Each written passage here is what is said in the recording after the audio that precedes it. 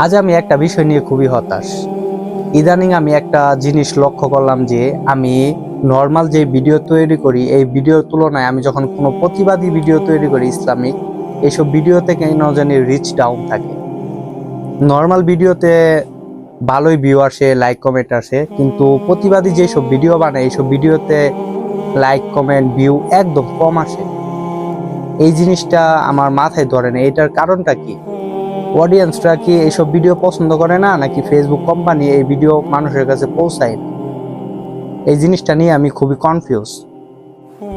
আমি নর্মাল যেসব ভিডিও বানাই এইসব ভিডিওতে যেই পরিমাণে রিয়েক্ট আসে আর প্রতিবাদী ভিডিওর মধ্যে এই পরিমাণে ভিউই আসে না।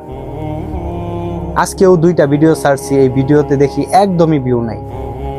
আমি এইটার কারণটা খুঁজে পাচ্ছি না। প্রতিবাদী ওরা কি, এই ফেসবুক কোম্পানি ওরা কি চায় না যে প্রতিবাদী কিংবা ইসলামিক কোনো জিনিস মানুষের মাঝে ছড়িয়ে যাক? এই জিনিসটা আমার মাথায় ঢুকতেছে না।